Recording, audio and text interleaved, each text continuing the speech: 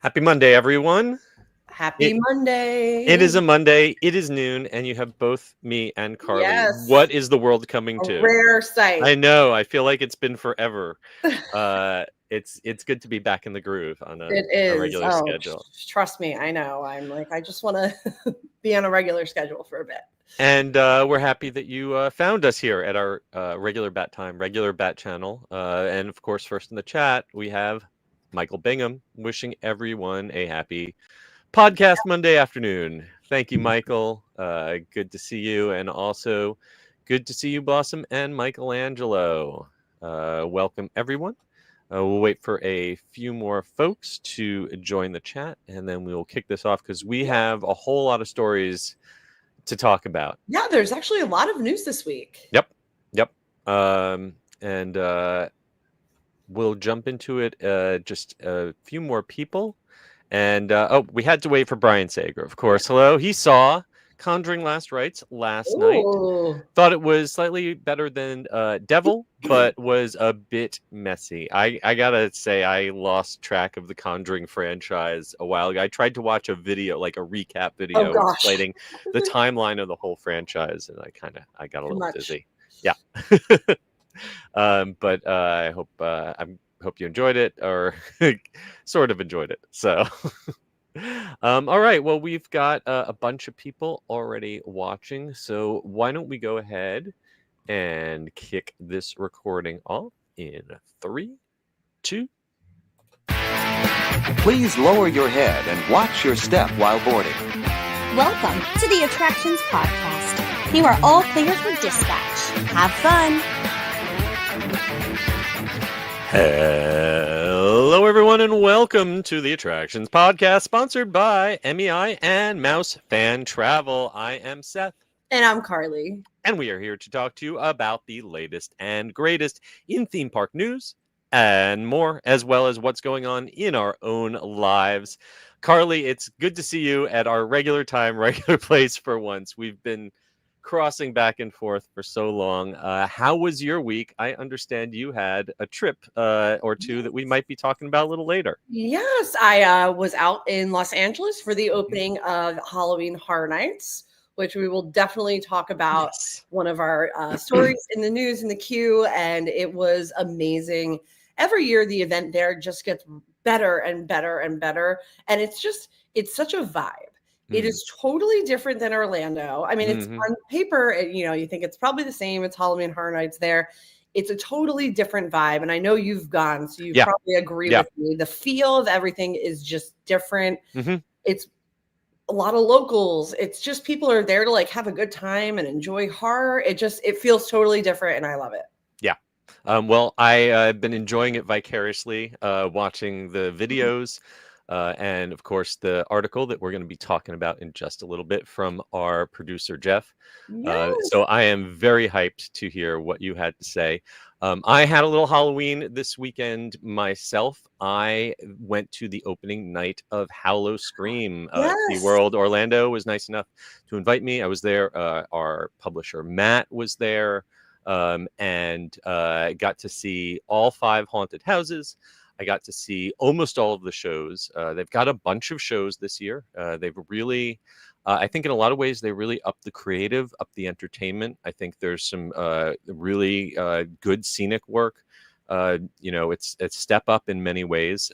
Had some operational issues on opening night. And I'll leave it that. We might be doing a SeaWorld discussion next week. Who knows? So I'll save my hot takes on that until we get deeper into it.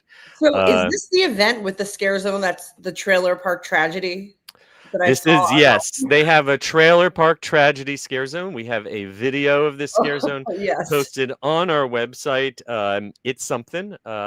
They've also got a Amsterdam red light window district scare zone.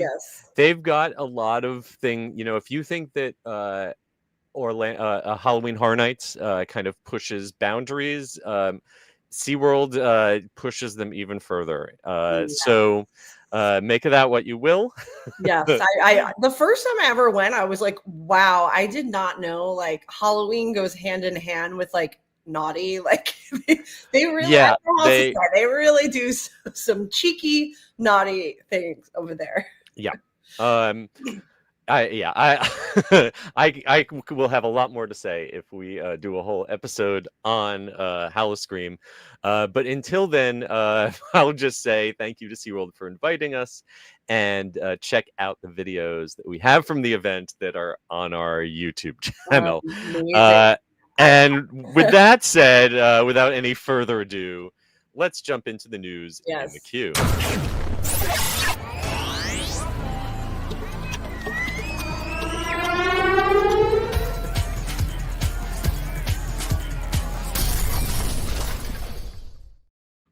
All right, we are going to start out in Disneyland, where it is Halloween time, which means new costumes for familiar characters.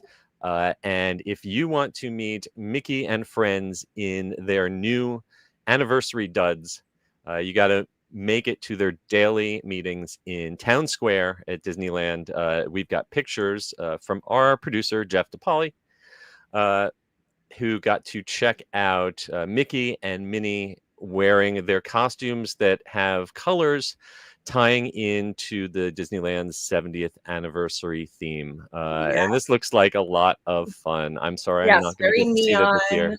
Yeah, no, I really like it. At first, I thought Mickey was in pajamas, and then I realized he's a wizard. Yeah, it's sort of a Sorcerer's Apprentice kind of, but with like maybe a modern twist. And it's, there's, I don't know if they maybe picked colors from all the different decades over the Disneyland 70s, because you've got some sort of very 60s looking colors. You've also got very 80s day glow in there. Yes, very 80s day glow. So it's an interesting combination, but you can check out Mickey, Minnie, Goofy, Daisy, even Clarabelle the cow has a Halloween costume this year. Of course she does. And they aren't dressed up special, but Cruella de Vil and the Queen of Hearts are also hanging out in Town Square taking photos. Best way to catch all of the Disney characters in their costumes during your day at Disneyland is that Halloween cavalcade. It's kind of a midday mini parade, and you don't usually have to line up like you do for a Paint the Night or a Oogie Boogie Bash for that one. You can usually just catch it. Yeah, Disneyland's just always so good at characters, and it's no doubt this time of year, especially Halloween, is another great time if you're into characters too. Yeah, Halloween time is off and rolling. Disneyland runs through October 31st. And of course, our friends at MEI-Travel can get you there. Next up, coming a little closer to home, DinoLand USA is going away in bits and pieces, and we have an update. The news is that the Boneyard is dead, and Dinosaur the clock is ticking on its extinction. Yes, but we have a little bit more time than I expected. So I've been trying to get a lot of rides in it because I'm like, we're living on borrowed time. It's closing any minute now, but not till February. Yeah. February 1st, 2026. I mean, it's been time's going to fly, but still, that's a nice amount of time. That's more of a reprieve than I thought it was going to get.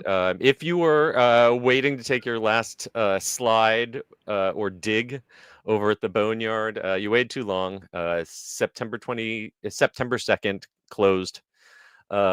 However, you still have, like you said, until February 2nd to check out the Dinosaur ride before it becomes Indiana Jones.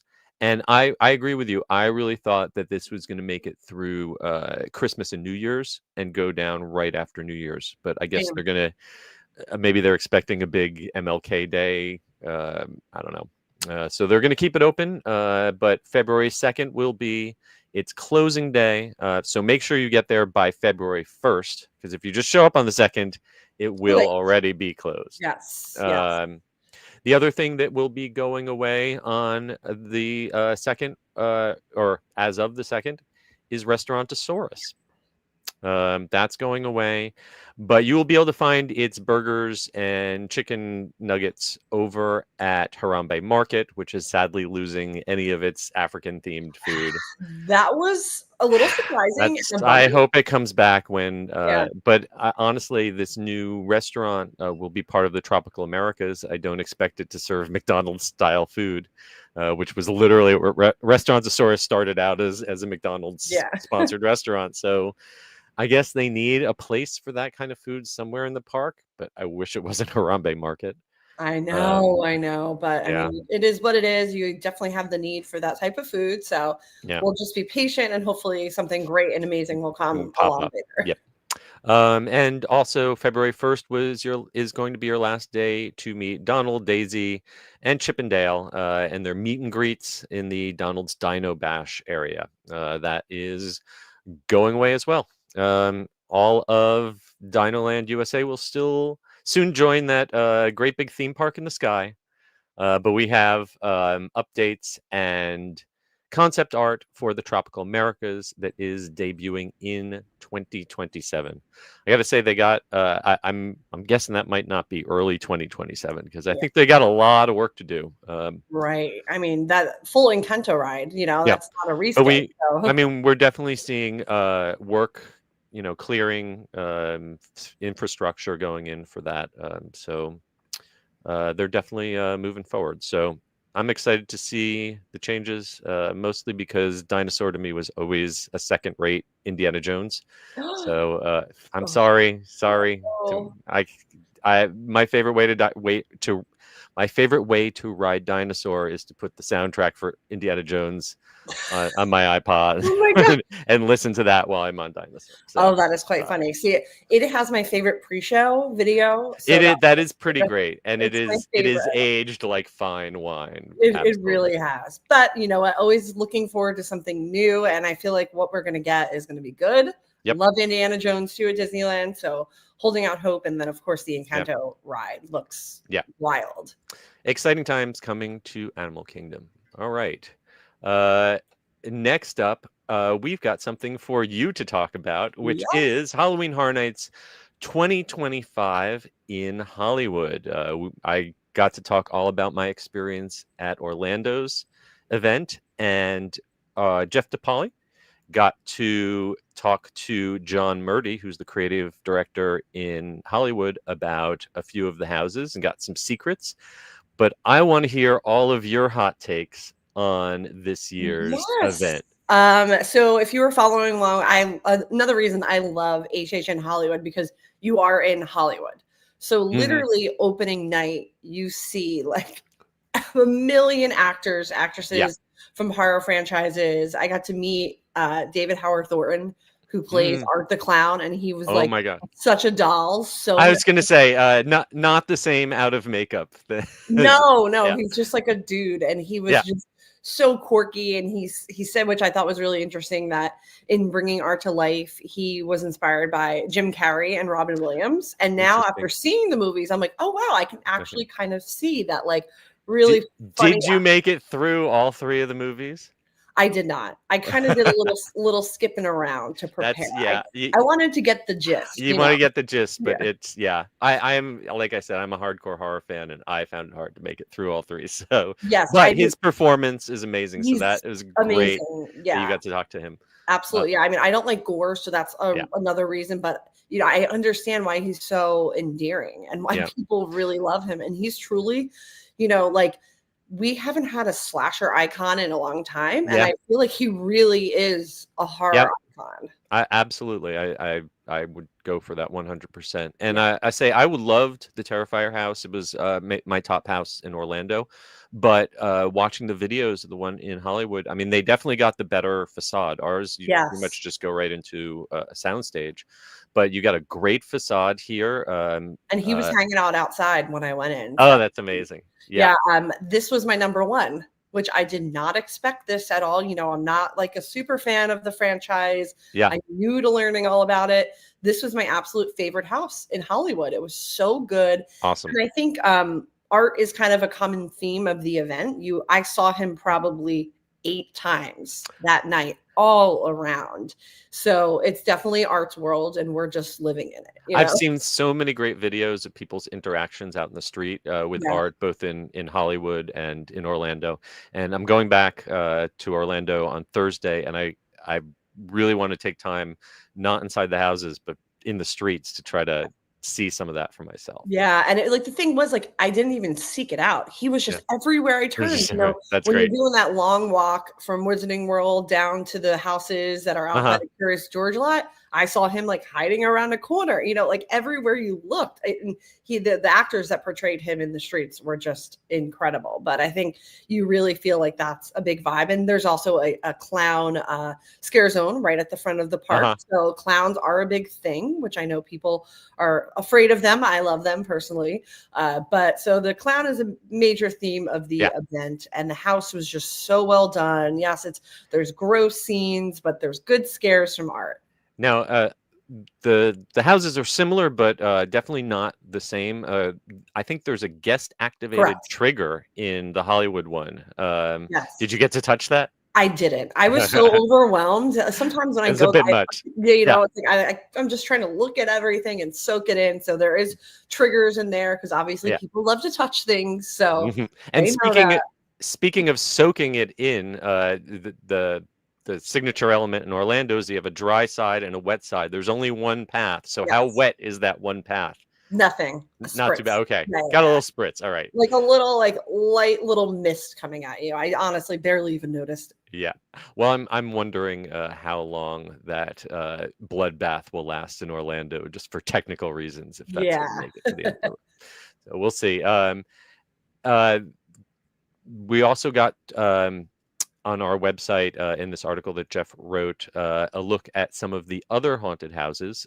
He goes kind of in depth on Fallout, and I know that was also one of your top picks. Yes, so I will say that was probably tied for my two favorites, which I did not expect it at all. I will just say I've never played the video games. I never watched the show. I do love like post-apocalyptic, retro futuristic vibes. So that may be why I enjoyed it so much. But the set design was incredible. Going into the vault, I mean, it was just, they really did a great job. And I missed Orlando because I was under the weather, but everyone was saying that Fallout here was so much better. From the videos I saw, it looked like it did a much better job of telling the story, showing all the characters, not just Lucy. And what impressed me is this is inside the old Walking Dead attraction. Usually the soundstage houses are the more impressive ones when you have to shoehorn it into a dead attraction. It's usually, but the set design here looks fantastic.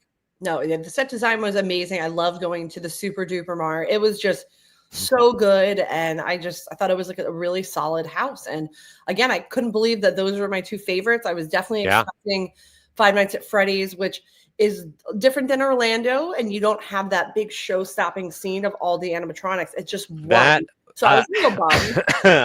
I've been following the debate about Five Nights at Freddy's on social media. I guess some people are pretty salty that opening scene where in Orlando we have 3 animatronics and they only have 1 with some shadows. People seem kind of up in arms, and John Murdy doesn't seem shy about clapping back at people. No, I mean, that's the way he is. So the Five Nights and Freddy's house. Where did that land in your list?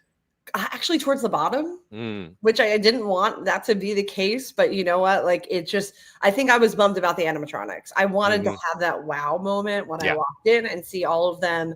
It was okay. And I love that movie too, which was surprising. But I will say the facade that you walk into was really, really cool. And there were some good scenes. But yeah, it just was, that's not really a scary house. So without having those like show-stopping animatronics to see to really make it more about being visual, it just kind of was lackluster for me. I hear you. Yeah. Yeah. What I thought was interesting is from watching the videos of all of the houses that are duplicated between the two coasts, that one seems the most similar, like beat by beat, with the exception of, those missing animatronics. It's very, very similar.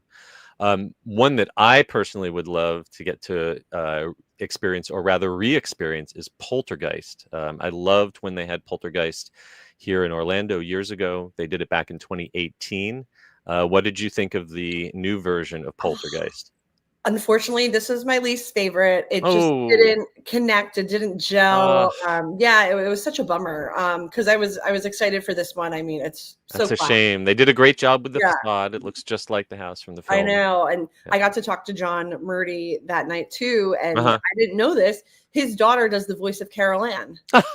So she That's did great. the 2018 house, and then they brought back the audio. Yeah. And this was her first year going. So she got to Hear her own voice. her own voice. And he said he did voices in there too. But I thought that was so cool that, you know, it's like a family affair, you know. That's a great story. Yeah. So it was great. Was there any other standout houses, scare zones, experiences? Yes. The Slash bar was really cool. They have a Silt Walker dressed as Slash. Love that. I also love, which is a HHN Hollywood only thing, they have a Murder of Crows. Have you seen this? It's walking stilt crow. Yes. Character. Okay. Yeah. And they're a family, and I didn't realize this. Every year they grow a little bit. So there's a new family member. So there was a senior, like an old lady crow. They have the baby crows, and it's just such a cool little, great. I don't know. It's just like those little touches that make Hollywood so different. And they hang around on the upper lot and like scare people. But yeah, the family grows each and every year, which I loved. The Purge show is back at Waterworld. I saw that. Amazing. I pretty much did everything.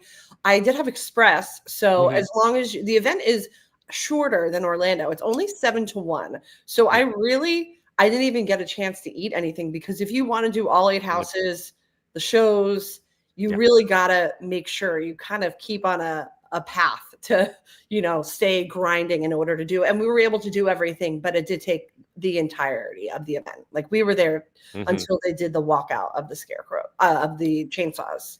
Did you do the early entry or the Scream early that they No, have there? no. I did the red carpet, so I got a little bit of a late start to going to the event. But so Express makes up. If you don't have Express, I really recommend buying that early entry ticket, because that first hour that you get really counts when getting through the houses. And you know, if you are going out there, Express there is so different than Orlando. Everyone has Express in Orlando. No one has it in Hollywood. It's true. Yeah. You literally, like, the waits were nothing. I walked on everything. Maybe the most I waited was 5 minutes towards the end of the night at Poltergeist, but you're just like, wow, boom, boom, boom, boom, boom. It's really such a great system. And even the house waits at peak were not bad. You know, we've seen 5 nights in Orlando be like 300. 3 hours. Yeah. 3 hours. No, it's not 4 hours. It's not like that here. And it wasn't like that opening night. So it is just such a great event. I love it. And did you get a chance to see Chainsaw Man? That is the show. They imported that from Universal Japan, and I'm really curious how that is going over there, because I went in cold. I got to admit, I did not know the anime that it came from. And in Japan, it was entirely in Japanese with no subtitles. And it was pretty much incomprehensible. But at least it was in 3D. Whereas I believe the version it's in the Kung Fu Panda Theater and is not 3D. So I'm really curious how that translates. Yes, I didn't get to do that. I also unfortunately missed the bear. I can never pronounce his name, from Universal Studios Japan, the demented teddy bear. Oh, Hami Kuma. Something like that with an H. He was there. So I have one on my shelf behind me. He's adorable. He's disgusting and cute. Yeah.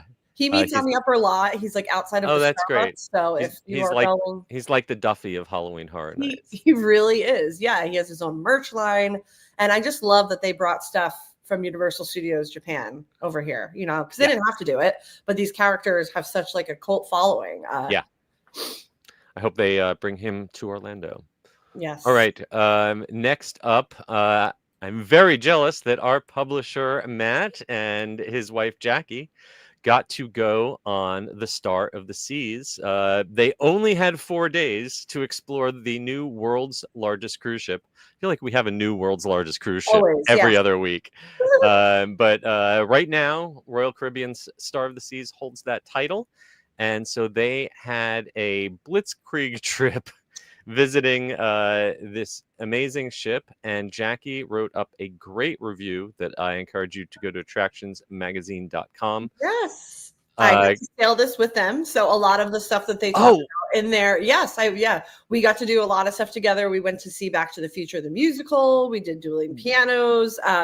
I have to talk about Back to the Future, the musical. So yes, that was the thing that I was most excited to hear about. My God. So I was expecting, it's a cute cruise version. No, this is the full Broadway production, down to the set, the characters. The only thing they cut is they have to cut a few like verses out of songs just because it's a long show. And cruise shows historically, they are not supposed to really go over an hour. I got to spend a bit of time with Bob Gale, so I was learning a lot. I know. Amazing. Yeah. I had met him earlier this year at FanFest nights, and then we reconnected on the ship, and we went to Sorrento's. I'm like, this is so cool. I'm like, I'm just having pizza with Bob Gale. God. But he's an icon. He's the creator, obviously, of Back to the Future. So not just the musical, the whole franchise. The whole thing. That is his idea. So basically, he said he really had to fight like tooth and nail even to get it as it was, because it's an hour and 40 minutes. That's a long. That's very long. Because when I visited with Royal Caribbean to talk, I visited their studio, and they talked about how the era of full-sized, full-length Broadway shows on ships was kind of, ending because people had a shrinking attention span, and they. Definitely we're looking more towards an hour. So he must have had to fight to get an hour 40. Yeah, that's really substantial. He said he really fought. So there's a few, like 21st Century was cut. There's a few songs cut, but mostly like, I love the show. I felt like the integrity of it was still there. It's mostly there. It's an hour and 40 minutes. And more importantly, the DeLorean is still there. Yes, the DeLorean's still there. So all the iconic scenes, it's literally the full staging. The cast was incredible. Like, I thought it was the best cast I have seen yet, which is crazy. It was amazing, and there's no intermission. So I also learned you are not supposed to have an intermission on cruise ship shows because people leave. They don't come back. It's an hour 40 straight through. I actually went. It was so good. I went again the next night. So I saw it 2 nights in a row because I'm like, how often do I get an opportunity to see a Broadway show like this? Yeah, and it's included. So I'm like, I'm seeing it again. I would have won the third time if I could. Broadway shows are not cheap. I just bought tickets to see Waiting for Godot with Bill and Ted. Oh yeah. And I could almost have booked a cruise for what we paid for those tickets. So that's an incredible value. Considering that it's included in the fare. Are they making people reserve seats or anything? I know for some of the shows with Royal, you have to reserve a seat. So no reserving seats. You did have to reserve the show time, so you can go to guest services or do it with the app. I am crazy because I like to be in the front row, so I got there like an hour ahead. Well, there's a whole pre-show, right? Like pre-show audio, radio. Yep. So basically, I think Bob said in the traditional musical on Broadway, it was 1950s. This pre-show is 1980s themed. So got to see that. But I got an hour early because I'm like, I got to take advantage of this. And it was just incredible. It was such a highlight for me. I love the ship in general. It is basically identical to Icon of the Seas, which I also love. So I knew I was going to really enjoy it. So a lot of the big, concepts that Royal debuted on there, like the food market, me, Jackie, and Matt went to dinner. Jackie was raving about the Mediterranean. That's my favorite. Yep. And it was my favorite on Icon. Amazing, like shawarma. They have Ryan Bean, which is the espresso martini bar. They have dueling pianos. So a lot of the familiar concepts. And what I will say, I discovered this time, I'm not like a big meal person. I would rather just continually eat. You want to graze? Yes, I'm a grazer. This is the easiest ship to do that. It is never hard to find food. Like they have like, for example, a place called the Pearl Market, which is grab and go. So you can go and get like a little pesto pasta side, a little wrap. Like, it's so easy. Where on other cruises, sometimes I'm like, oh God, I don't want to burger, but that's the only thing available is a poolside burger. So there's so much variety, and it's really easy if you just want to eat. We didn't even do main dining because there's over 40 restaurants and lounges. So we didn't do main dining. But yeah, it's just amazing. And there's so much live performers. I think the number is something like at any moment, there's like 50 live performers somewhere on the ship, in the British pub, there's a guitar player, the dueling pianos. So what amazed me was I read that the pit orchestra for Back to the Future, I think is like 16 musicians. It's more people than they have on the Broadway tour. Yes. Yeah. 16 musicians, more than the tour. They were incredible. I was shocked by that too, but I mean, they clearly really did it right for this, which I knew they would. But again, I just went into it thinking, oh, it's a cute cruise version. Nope. It's the full thing. Well, I'm not sure. Did you attend this presentation with CEO Michael Bailey? I didn't, but I did. He did shoot champagne in my mouth with. Oh my! Well, that sounds like a story. Yes, so it's tradition when Michael Bailey goes on these cruises, whether they're media cruises or whatever. He goes to the Hideaway Beach Club, which is the private adults only area at Perfect Day at Coco Cay, and he has a champagne gun, and he walks along the bar and shoots champagne in everyone's mouth. And it's just a wild experience. It's like totally royal, but also just like a really good representation of who he is as a CEO. I've been to bars where they use a water gun to shoot tequila into people's mouths, but those are not high-end, classy. No. This was like the good stuff too. Of course it was him. But I mean, it's just a really good, way to understand who he is as a leader. Like, he's a fun guy. He talks to people. He wants to know what's clicking, what people are enjoying. Like, he feels like a man of the people. All right. Well, I don't know if Jackie got champagne sprayed or not. She did attend a meeting with him. He did a Q&A, and we've got some highlights as part of the report. If you're interested, check it out. Some of the things that jumped out to me is that 90% of all Royal Caribbean sailings in the Caribbean are going to be stopping at either Perfect Day or Royal Beach Club. So they're really doubling down on that, private resort experience. I mean, I will say for me, like, besides Back to the Future, that is the highlight for me, is going to Perfect Day. It is a great private island. There's so much to do for every type of vibe. Like, there's so many areas to walk to. And if there's, if you like a chill pool place, you have that. If you want a quieter beach, you want something a little bit more lively. Like, they just really have everything for whatever your style is on the island. And I also thought it was interesting that they said the demand for shorter cruises is on the rise, because they keep putting more and more things to do. I don't feel like you could do everything on that ship in just 4 days. No. But I guess that's where people's work schedules, their finances, people, they'd rather take a couple shorter cruises than a longer one, maybe. Yeah, no, I'm kind of in that boat too. I think I'd rather go on a few 3 or 4 days than like maybe a 7 days. 7 days is a long time on a ship, for me personally. So. Yeah, it's weird. Like, I feel like 3 is definitely too short. I feel like it takes at least 3 nights before I settle in and relax. By day 4 is when I finally feel like I'm on vacation. But then when you get to day 7, it's a little bit much. So yeah, I totally agree. And like, the layout is basically identical to Icon of the Seas, so I felt that was an advantage going in, where I kind of knew where everything was already, because there is a lot. I mean, there's so many decks, there's so many venues that you could just go the whole time and not even see stuff. Yeah. Well, one thing I wanted to point out before we move on is that one of the venues is an escape room.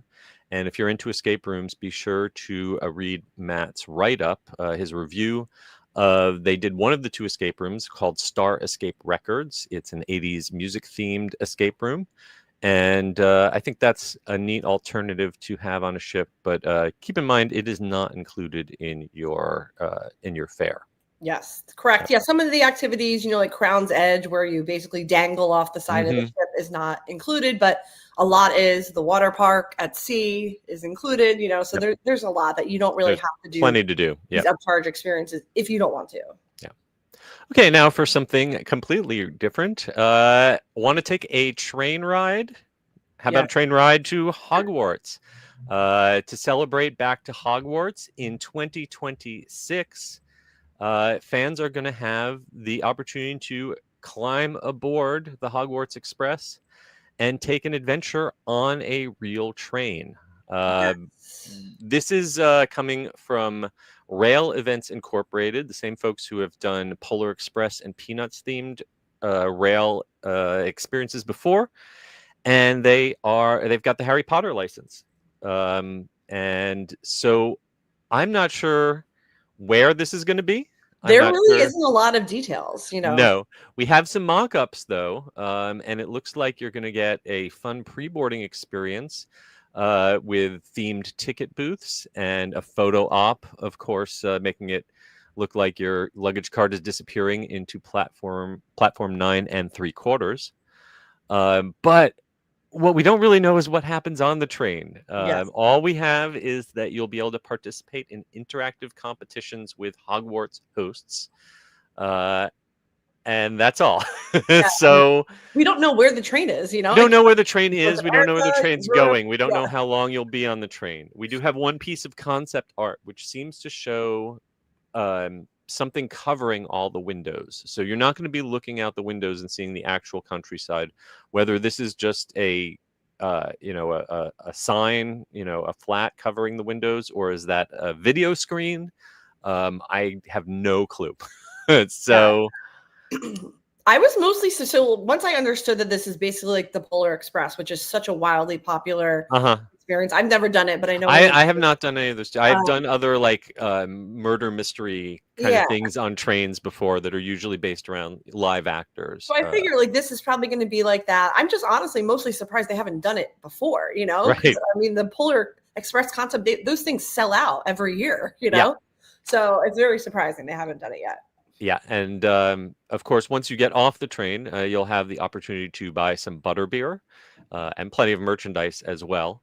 They have a website at harrypottertrainadventure.com where you can sign up for more information. So I guess when you'll probably know as soon as we know more information about what exactly this is. But it is happening in 2026. All right, and for our last piece of news in the queue, back in the day we would have said set your VCR or set your TiVo, but instead get ready to stream on Peacock a new Epic Universe docuseries called Epic Ride: The Story of Universal Theme Parks.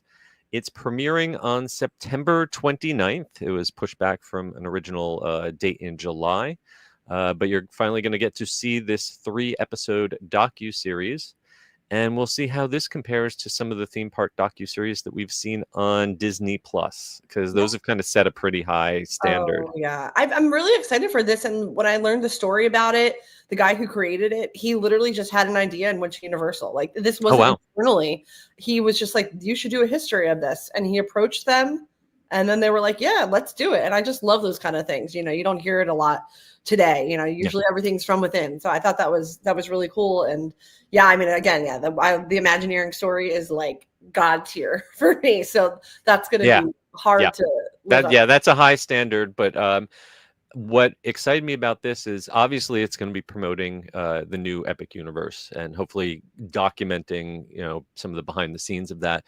But it's also going to have archival footage from the history of Orlando and hopefully Hollywood and their other parks as well. So I'm looking forward to seeing some of that. And from the trailer, it looks like they've got some great interviews with a lot of key figures, including Steven Spielberg. So I'm curious to see and hear a little bit more about how involved he really was on this project. It sounds like he did have quite a bit of influence. So. No, I'm definitely excited for that. I didn't watch the other one, but that seems more like an infomercial, right? That was definitely more promoting the opening of the park. This seems a little bit more on the documentary side. What also intrigues me is that they've got interviews with some folks, including Vin Diesel and John M. Chu, the director of Wicked, So maybe we will get some more hints, concept art about what Universal is doing with those properties. Yes, should be good. Yep. We've got obviously tons of coverage of Epic Universe on our website. And while we're at it, this just came out today. I want to give a congratulations and shout out to all the folks who won the Golden Ticket Awards for this year. It comes from Amusement Today. It's a well-regarded industry publication. They've been giving these out since '98, and Universal and Epic Universe was the big winner this year. They got Best New Roller Coaster for Stardust Racers, Best New Attraction Installation for Harry Potter and the Battle of the Ministry, and Best New Theme Concept for Dark Universe, as well as Best Dark Ride going to Monsters Unchained. Yes. So congrats, especially to Terry Coop, who's a friend of the show, has been done interviews with us for development work on those projects. Amazing. So, yes. I'm a proud voter of this, so I always get really You are a vote. How do you become a voter for this? They Did they reached out invite to me you? a few years ago. It's like Wow. a secret invite thing. Yeah. So I love doing this. I look forward to it every year. I actually haven't gone to them. The dates, it's always around the opening of HHN, either Orlando or Hollywood. So I never get to go to the actual award show, but I definitely want to. So hopefully it works out in the future. But Well, it was held at Carowinds this year. So yes. All right. Well, congrats to all the winners, and thank you for participating in the process. Yes. All right. That's going to bring us to the end of the news in the queue. Before we jump into our main attraction, it's time to hear a word from our sponsor. The Attractions Podcast is brought to you by MEI and MEI-Travel. Whether your next vacation is a magical trip to the theme parks, an exciting adventure to the pyramids of Egypt, or just a relaxing cruise on the turquoise waters of the Bahamas, MEI-Travel provides premium service and expert advice to help you get the most of your vacation. They are always free of any hidden fees or costs to you. Visit them at MEI-Travel.com. It's time for the main attraction! And this week's main attraction is Carly and her visit to the Disney Destiny cruise ship under construction in Germany. What an amazing opportunity you had to see a new cruise ship float out for the very first time. So I'm just going to turn the floor over to you. Tell us about this experience and this new ship. Yes, I mean it was incredible. Obviously, I know we get to do a lot of really cool stuff, but this was like really special. We went with Disney Cruise Line and Walt Disney Imagineering. There was like 6 of us, so it was like really intimate. Wow. And this is at Meyer Werft, which is in Papenburg, Germany. If you've never heard of it, that's okay. It is like a little town, and its main, industry is this cruise ship yard. So everyone there works there, knows someone that works there. It was just like really surreal. I love, obviously going to big cities are fun, but when you go to these really small towns where no one is speaking English, and it was just so cool. And, there was so much buzz about this new Disney ship there that, because I had gone to Meyer Turku in Finland with Royal Caribbean when Icon was being built. And it wasn't like that. They're like, oh, they didn't care.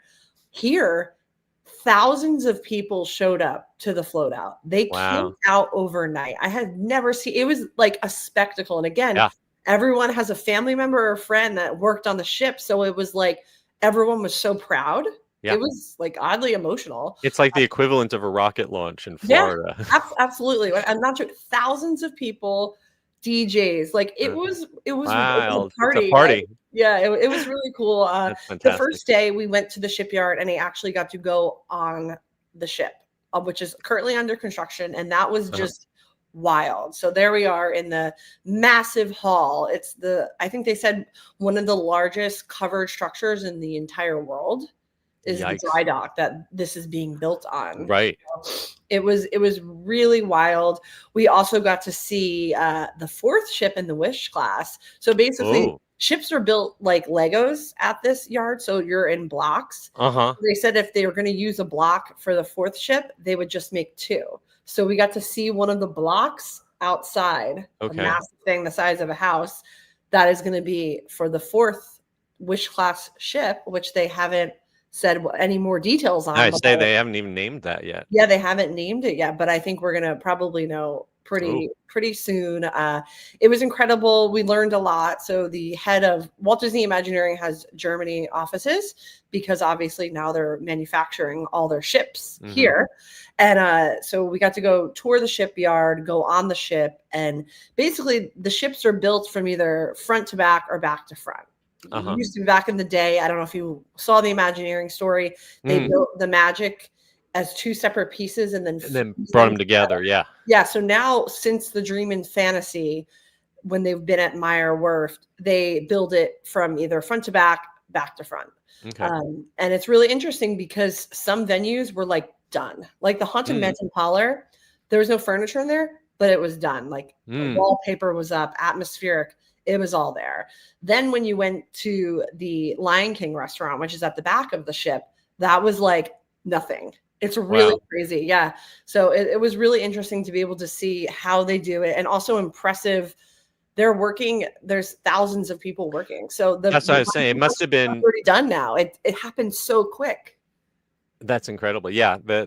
I have a friend of a friend who is over there doing lighting install, and just the sheer number of people working on that project, it must have been just an incredible amount of activity that you were being escorted through. Oh yeah, it was very much an active construction zone. Hence, if you look at the pictures, I know you got your helmet, you got your safety vest. Yeah, it was. We got to keep the helmet, which was really like, the highlight for me because it's like an honorary Imagineer hard hat, and it has my name on it. Oh my god! So, yeah, that was like my most prized possession. We started in the Grand Hall, which, if you've cruised Disney Cruise Line, it's a staple of every ship. It's the main meeting place, essentially like the lobby. This is going to be their best version yet.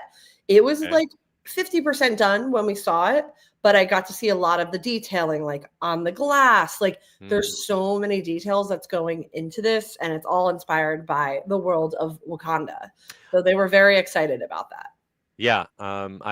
The classic ships were kind of Art Deco and Art Nouveau, but this is kind of like an Afrofuturism. Very cool, and it's going to have the statue of T'Challa. Yes, we didn't get to see that, but they did say that he is in Germany, so he has arrived. Okay, so he will be installed. So didn't get to see the lighting package, but I'm very excited for that. So it's basically, while this is Wakanda, they're also going to use the space for other characters, and that will be all thanks to lighting effects. You know, they have that 360 lighting that they're doing, and it's going to dramatically transform the space. Yeah. That was really cool. And it sounds like they're going to use that there and then in other places to have a lot of interactive character experiences. Kind of with Cruella and Facilier. Yeah. So they were calling it a new concept called Meet and Play, or Play and Meet. It seems like they haven't like finalized maybe the name of it, but they're kind of working on it. And hopefully, I mean, my concern always, we've seen how the crowds are in Orlando with Art the Clown. Like everyone wants their viral moment, chasing them around. And these are going to be like intimate experiences. Dr. Facilier is going to do sleight of hand tricks. So hopefully people are respectful and behave, and we really get to have these moments that are similar to like at Disneyland, where you've got all these random character interactions that are sporadic. So that seems like that's going to be the case at DeVille's. She's actually going to show up there, which I think is really cool. Great. Like, because they said they wanted it to be a place that she would hang out in. So like she's going to come in and like hang out. So that's going to be really popular. Yeah, I applaud Disney for trying to come up with alternatives to just standing in a line to take a picture with someone. Yeah. But the guests sometimes have other ideas. So exactly. I guess you got a little preview also of some of the entertainment that's going to be going on in the Walt Disney Theater, which is always a highlight of my cruises with Disney. Absolutely. We went into the Walt Disney Theater, which was basically almost done. They were just working on some audio stuff. I mean, it was the full theater. It's the classic style, as you are familiar with on the other ships, very grand, very Art Deco, and we got to see some of the set pieces that were familiar from Frozen, which is a musical they do on other ships, and we also got to see some of the set pieces from Disney Hercules, which that's the new one on this ship. Yeah, so that's going to be highly anticipated. I mean, Yeah. it's crazy. On this ship, you're going to see Moana, Frozen, and Hercules. Like that is 3 banger production. That's a great lineup. Yeah, and in addition to the other original ones, they have that Disney Seas the Adventure. But that's pretty incredible on these sailings. You're going to get 3 Broadway shows. And there's also going to be a Pirates of the Caribbean bar as well. You got to check that out. Oh, yes. This was one of my favorite moments. So they hadn't shown this yet in concept art, but the whole sailing of the Caskin Cannon, which is their Pirates of the Caribbean bar, is inspired by the original artwork from Disney legend Mark Davis. So it's almost like a treasure map, but you look and you see all the characters that are, like the hanging foot guy. You got the famous redhead, and I didn't know that that was even a thing because again, they hadn't announced it, and we walked in there, and I spent the whole time just looking at this. I'm like, how do I get this wallpaper for my house? They had to work with like the archives. It was a whole thing, but it is so cool. So many little details, and again, you're going to see all those characters that you know and love from the attraction. Fantastic. And then for Marvel fans, there's Marvel all throughout the ship, literally like from the back of the ship where Spider-Man's hanging off the back to the T'Challa statue. But I guess the Marvel fans hangout is going to be the Sanctum, which is the first Doctor Strange themed bar at sea. Yes. This was basically almost done. The props were installed, but I mean, everything else was like structure-wise done. Such a great space. If you're familiar with the other ships, this is where Tiana's was. It's right outside Haunted Mansion Parlor / Hyperspace Lounge. And it's going to be a multi-use space. They're going to do trivia, live music. But I think what people are going to really want to see is all those little props that they're going to be sticking in around. Like this is going to be an Easter egg space for sure. Awesome. So tell me now a little bit more about this float out experience. What is it like to see a ship like this go out in the water for the first time? Yeah, I mean, again, the energy of everyone there really made it. Basically, the first day we were there, we saw them begin to fill up the dry dock with the water. So the water slowly rises. And then for the float out day, which I actually had never heard of, I didn't know what a float out was until this entire experience. This is literally, the ship is not going to be going into a dock. So it's done. It's done with the dock. It leaves the dock, and it will now be, docked at like the port next to it so they could still finish the work before sea trials. So it takes like 3 hours. It's a very slow process because they don't have the engines on, even though they're done, they're ready. It's like a little tugboat pulling it out, but it's incredible across those 3 hours, and you just it keeps getting closer, and then finally it's literally right in front of you, and you're like, wow. Oh my God, it floats. And they had fireworks, and we got to hear the debut of the Disney Destinies theme song. It was a moment. It was really cool. And again, the energy from all the people that live in the region and how excited they were was really special. And they said she won't go back into a dock until about 5 years for routine maintenance. So it floats. That's it. Like, not at the dock anymore. Oh yeah, we got to see Hero Minnie. Yes, Hero Minnie. Oh yes, Minnie in her new exclusive costume. Yes, she is for the ship. Yeah, so they're still busy working, and then all of Imagineering and everyone, they're gonna do sea trials. So basically, they sleep in the cabins to hear like, is it vibrating? Is there a lot of outside noise coming into my room? And so that happens for a long time, and then she'll make her way over to Florida. Yeah. Yes. And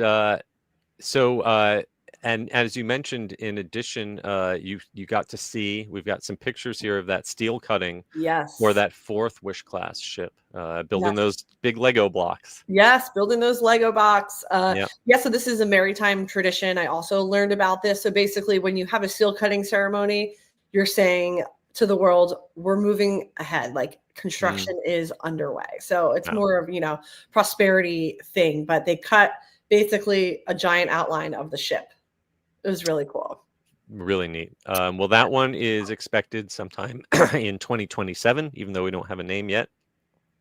And I am assuming that you will be on the inaugural sailing of the Destiny when it floats out from Florida. Yes, I cannot wait. And we've been seeing so many details of the merchandise and the food and the drink that they're rolling out. So I cannot wait. It's going to be a great ship. And, I thought like with the heroes and villains themed, I thought it was going to be like all Marvel because I'm not a super Marvel fan, but it's so much more than that. You know what I mean? There's something for everyone, and there's a lot of different characters represented. So I love that. And yeah, it should be really cool. A lot of good detailing. I love the heroes and villains. The rooms look great. We saw a Hercules room, and I'm like, how do I request a Hercules room? Yeah. The artwork was very like whimsical, comic booky. Yeah, but I mean, it's just crazy to see. I truly, even after being there, I don't understand how 2,000 people are working and know what they're supposed to be doing, and all working in harmony. I'm like, I'm seeing it, but I don't understand. It takes a village. It really does. So, well, I'm so glad you got to have the experience. Thank you for sharing it with all of us, and I can't wait to hear about when you get to go back and see it complete. Yes. And I had a funny story that happened to me over the weekend that I know that you would care. Oh, okay. So after HHN, I stayed in LA to go to Oasis at the Rose Bowl in Pasadena. And I was waiting in line for a drink behind Josh D'Amaro. And we got to chit chat for 20 minutes, and he was by himself. And I was like, you never get. He wasn't with an entourage, and he was waiting in a line himself. Not in a box. He was in our section. 20 minutes. Yes, got to have an amazing conversation with him because I'm like, wow, you don't get this access. Usually he has, team surrounding him. It was really exciting. All right, you'll have to offline tell me if you got any good dirt. Yeah, any scoops. He was just so nice. He's like, how did you recognize me? I'm like, how could you not recognize? I was gonna say he's pretty recognizable. Yes, he's very recognizable. So I just wanted to share that because it was a what an amazing story. Wow. Yeah. You have all the luck, I tell you. It really was, yeah. Well, thank all of you for listening to us, and now it is time to take a look at some of the comments that you left us. Blossom and Michelangelo are very excited for Indiana Jones coming to Dinosaur, as is Michael Bingham. Christian Sanchez wants to know if you got to see Disneyland's Halloween parade yet this year. No, not yet this year. Sadly, I was just focused on Universal this time around. But I do love Disneyland Halloween, and I love Oogie Boogie Bash. I love Oogie Boogie. I know they upgraded the masks for the Nightmare Before Christmas characters. Yeah. Other than that, I didn't notice any big changes from last year. It's still a really good parade. I kind of prefer the Boo to You parade at Magic Kingdom a little bit better. That song, though, it gets stuck. Yeah, it does. It does. True. All right. Well, before we go, we want to thank our sponsor, MEI and MEI-Travel. And also, we want to recommend that you pick up a copy of our new Epic Universe magazine. Our Epic Universe magazine is the ultimate grand opening souvenir for Orlando's newest theme park. It's got 64 pages of photos, vacation planning advice, and behind-the-scenes secrets from all 5 portals: Super Nintendo World, Dark Universe, the Wizarding World of Harry Potter, Ministry of Magic, How to Train Your Dragon, Isle of Berk, and Celestial Park. It's not every day a new theme park opens in Orlando, so mark the moment and celebrate history with the Attractions Magazine Epic Universe Grand Opening issue, now available at attractionsmagazine.com. And we also want to remind everyone to please give us a rating and review on Apple Podcasts, Spotify, or wherever you happen to listen to us, and give us a like and subscribe on YouTube. Also, please be sure to follow us at attractionsmagazine.com and search for Attractions Magazine on your favorite social media platforms. Carly, where can folks find you on the interwebs? Yes, I am on Instagram at Adventures by Carly, and I will be doing more spooky fun this week at the opening of Scarewinds. So follow along. I'm going to be doing the new Conjuring experience, which I cannot wait for. Yes. All right. I can't wait to hear about that. If you want to find me, I'm at Eskabursky or at The Unofficial Guides, and you can order copies of my 2026 guidebooks at theunofficialguides.com. And until next week, we hope you folks stay safe, try something new, but most importantly, have fun. And we will see you again next time. Bye. Bye.